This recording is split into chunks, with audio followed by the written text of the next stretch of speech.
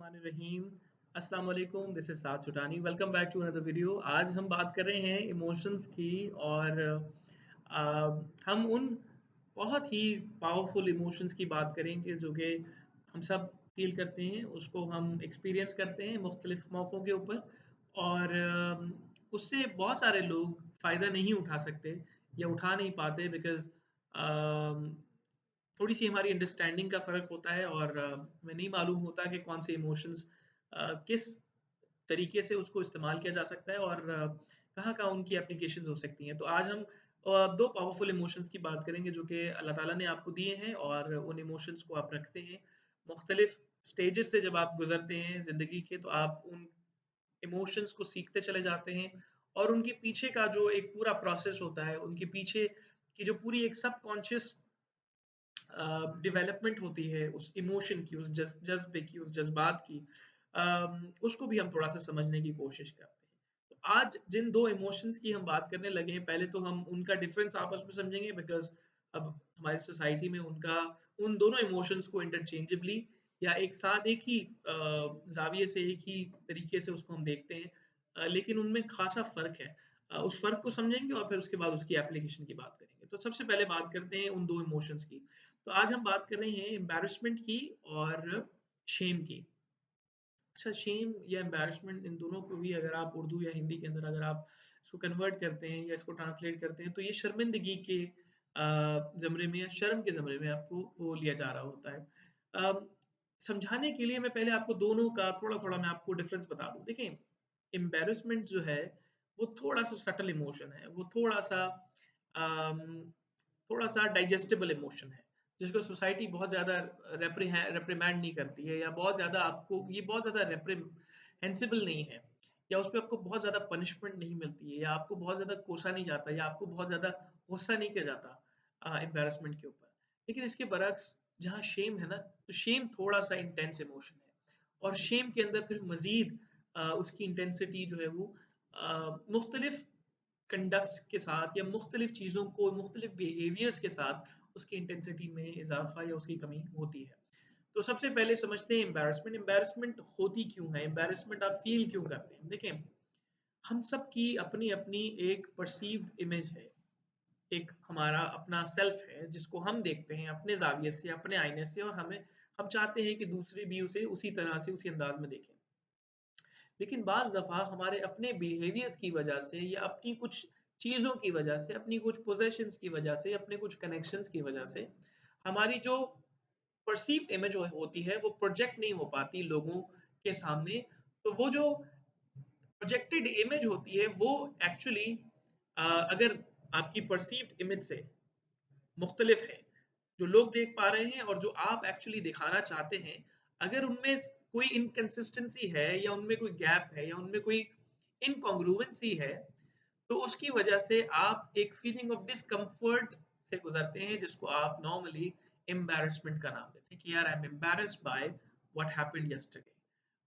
आप ऑफ़िस में बैठे हुए हैं और आपका अपने बारे में परसेप्शन ये है कि आप बहुत ही काम और कंपोज़ इंसान हैं, लेकिन आप अ, लाउड वॉइस में आप गाना गाते हुए आप जो है वो अ, पकड़े चले जाते हैं और लोग आपको देख लेते हैं। तो अब आप उस फीलिंग की वजह से, उस इवेंट की वजह से एम्बैरेस्ड हो रहे हैं बिकॉज़ वो आपकी प्रोजेक्टेड इमेज थी, जो कि इनकंसिस्टेंट थी आपकी परसीव्ड इमेज से। फ़र्ज़ कर लें आपने नाक में उँगली डाली हुई थी और किसी ने देख लिया, तो वो भी आपकी प्रोजेक्टेड इमेज है और परसीव्ड इमेज मुख्तलिफ है। तो एक तो ये कि एम्बैरेसमेंट बाज़ दफ़ा आपको अपने किए पे शर्मिंदगी का नाम होता है और कभी-कभार आपको थ्रेट कोई करता है कि यार ये काम मत करना अगर किसी ने देख लिया तो, भी आपको एम्बैरेस्ड आप फ़ील कर सकते हैं या आपको डर है कि कोई आपको थ्रेट कर रहा है कि यार मैं लोगों को तुम्हारे बारे में, तुम्हारी इस चीज़ के बारे में बता दूँगा तो वो आपके लिए एम्बैरेसमेंट का सबब बन सकती है वो चीज़। तो एक चीज़ जो लोग देख देख चुके हैं, तो लोगों का देखना इसमें बहुत ज़रूरी है इस फीलिंग को एक्सपीरियंस करने के लिए। तो ये यूजुअली सोशल कंस्ट्रक्ट में होती है कि मतलब लोगों के सामने कोई चीज़ सामने आ जाए जो कि आप अपनी पर्सनैलिटी के बारे में नहीं चाहते तो वो आप एम्बैरेसमेंट आप उसमें फ़ील करते हैं। बहुत सारे कमेडियंस अपने बारे में जोक लेते हैं। अ, तो वो एम्बैरेस्ड क्यों फ़ील नहीं करते बिकॉज़ उन्होंने अपनी परसीव्ड इमेज जो होती है वो उसको अपनी प्रोजेक्टेड इमेज के साथ उन्होंने चेंज कर लिया होता है। प्रॉब्ली वो भी किसी चीज़ के बारे में एम्बैरेस्ड फ़ील करते होंगे। अब इसी तरह एम्बैरेसमेंट आपकी किसी पोज़ीशन के बारे में भी हो सकती है कि मतलब आपके आपका घर आप समझते हैं कि छोटा घर है, जबकि घर कोई छोटा-बड़ा नहीं होता, घर होता है।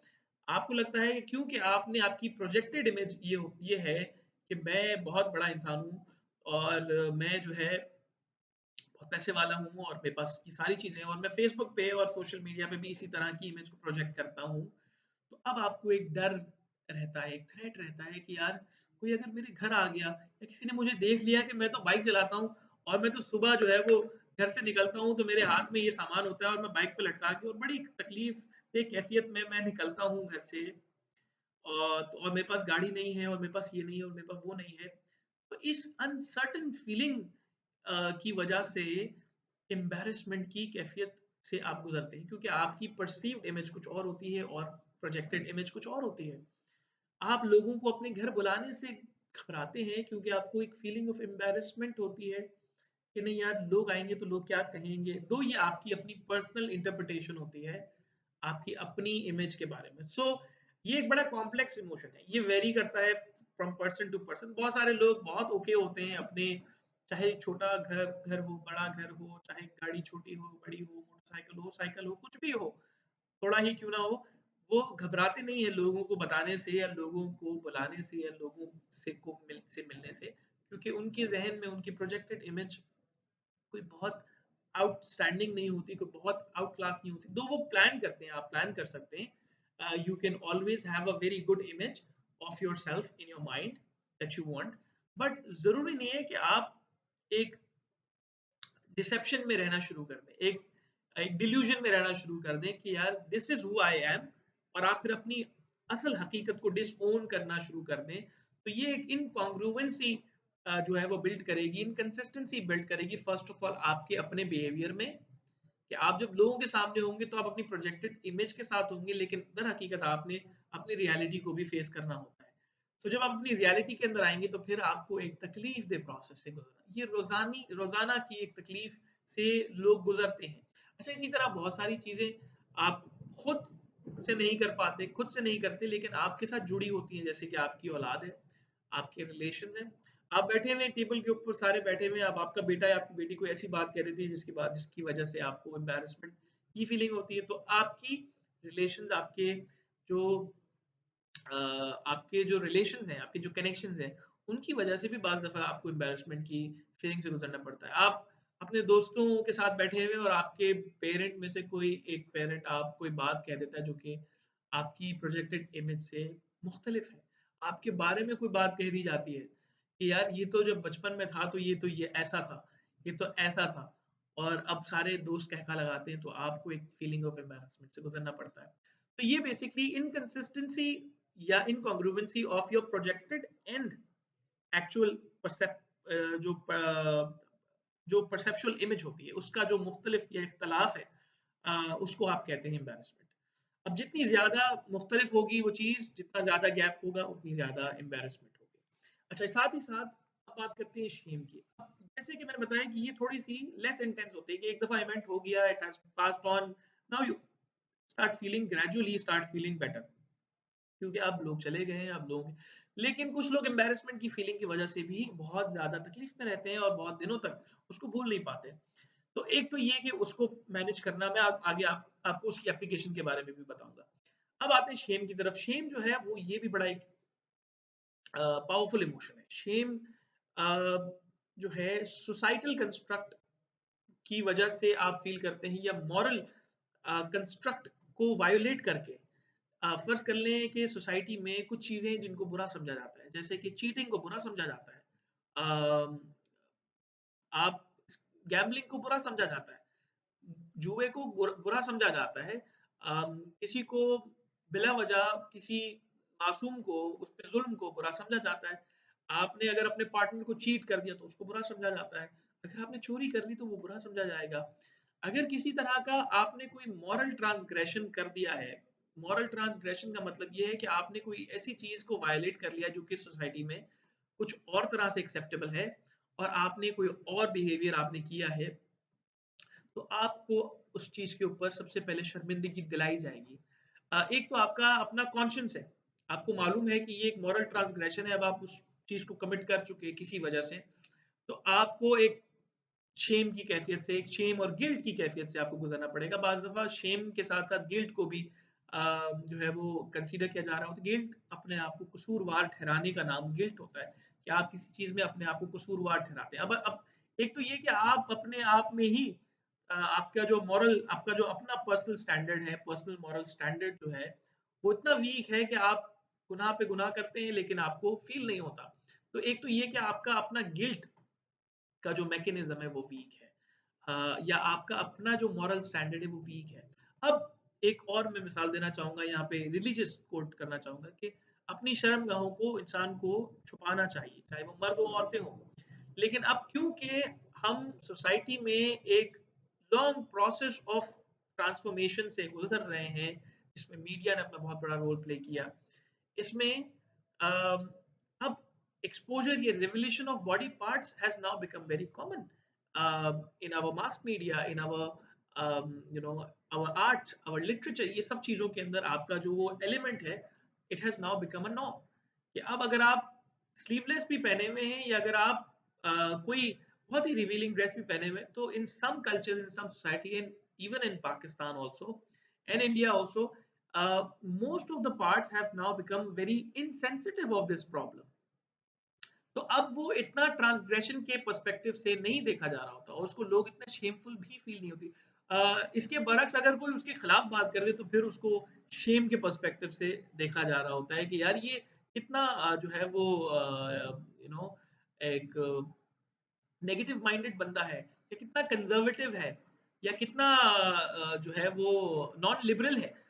तो इसी तरह ये मीनिंग्स आपके कल्चरल कंस्ट्रक्ट की वजह से भी शेम के मीनिंग्स चेंज हो जाते हैं कि आपने अगर कोई चीज़ अगर आप आज से 10-20 साल पहले इस तरह की कोई चीज़ करते हैं या आप कोई गलत लिबास पहन के अगर आप बाहर चले जाते हैं तो आपको उस चीज़ के ऊपर ट्रांसग्रेशन का लेबल लगा दिया जाता और आपको शेम की फीलिंग से गुजरना पड़ता। लेकिन अब क्योंकि it has become very common now, अब लेकिन फिर भी बहुत सारी चीज़ें हैं जिसमें ट्रांसग्रेशन हम करते हैं। जैसे कि अगर कोई कोई इंसान चोरी करते हुए पकड़ा गया तो ये एक मॉरल ट्रांसग्रेशन है और इस पे ना सिर्फ रिलीजियसली बल्कि कल्चरली भी सोसाइटली भी आपको इसको इसको बुरा समझा जाता है, इसको नेगेटिव समझा जाता है। तो अगर कोई ये काम कमिट करता है तो it has to be taken through the process of Shem.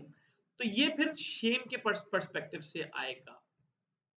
अच्छा, शेम का जो लुग़वी माने ना, इट इज़ टू कवर, और आप चाहते हैं कि आपने अगर कोई इस तरह का काम कर दिया है जिसके बारे में अब आप शेमफुल हैं, तो आप चाहेंगे कि आप उसको कवर करेंगे, ठीक है?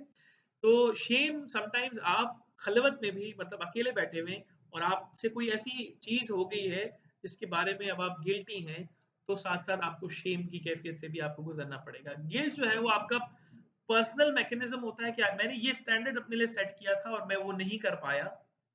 तो अगर वो चीज़ कर दी आपने, एक्सपीरियंस कर ली, तो अब आप गिल्ट के प्रोसेस से गुज़र रहे हैं और shame at the same time ये मॉरल ट्रांसग्रेशन है, ठीक है?